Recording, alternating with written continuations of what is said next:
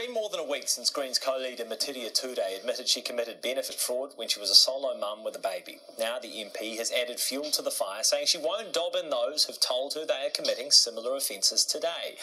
But as a political leader, is this the right message to be sending? Ms Turei is with us this morning. Kia ora, good morning. Kia ora, how are you doing? I'm very well, thanks. How many people have come to you in the last week with similar stories to yours? I haven't counted, actually. I've met people face to face, people who have made contact with me in various ways, and they're all saying, we are really struggling, we're doing this comparatively small thing, cleaning jobs under the table, for example.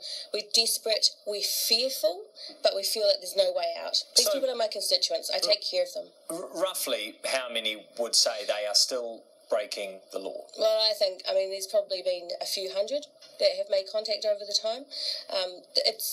The thing is, these people are in desperate need. The benefits are insufficient.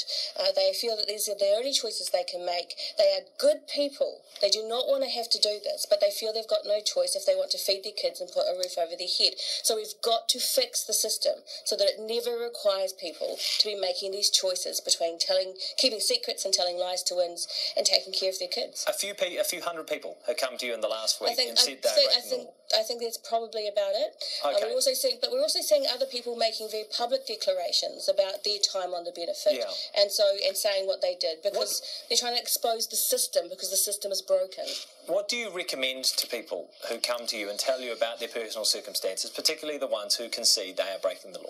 If they are asking specifically for help, then I refer them on to beneficiary advocates because they are people that can be trusted to take the best care of their interests and their circumstances and their kids.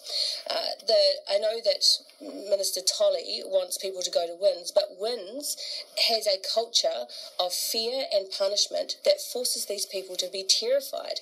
I mean, if someone goes to WINZ today to say what they've been doing, they risk losing up to 100% of their benefit. They simply can't afford to. They've got rent to pay, they've got kids to feed. So we can't, this is why I'm saying, have some kind of amnesty now. We've cracked open the stories. Let people come and describe their circumstances, get their full entitlements, and make sure that they are not punished for having to do what they need to do to feed their kids.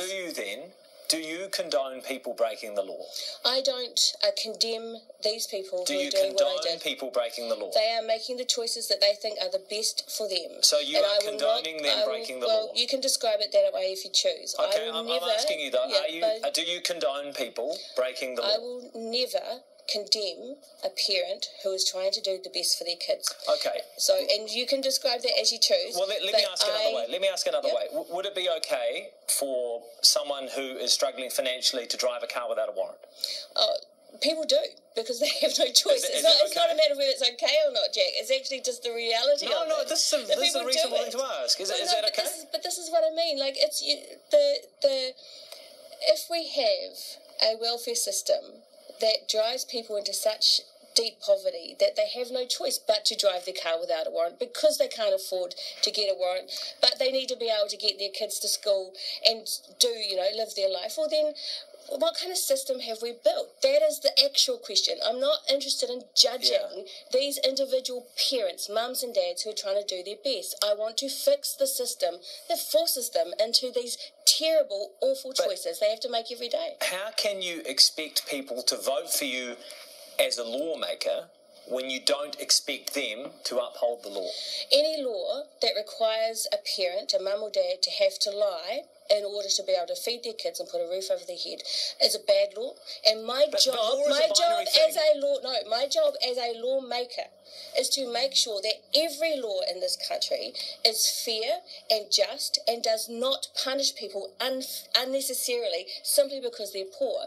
So if a law requires people to lie to survive, it is bad law. My job is to fix that law. But here's the thing, law is binary. Things are either legal or they're illegal. Yes. And when we start condoning some people to break some laws and not others, it all becomes a little bit murky. It actually undermines the principle of law, undermines the principle of law. It is actually murkier than that, because if you have bad law, you have to fix that bad law. And I think we have bad law in welfare that forces parents, mums and dads, to have to make terrible choices, and I want to fix that law so that they don't have to. And we can. That is what my job is, to advocate for those families, those mums and dads and their kids, to fix the law so that they get decent entitlement through welfare, are treated with dignity and respect, and do not have to choose between lying to WINZ and paying the rent. Ngā mihi, thanks for your time this morning. That is Greens co-leader Metiria Turei.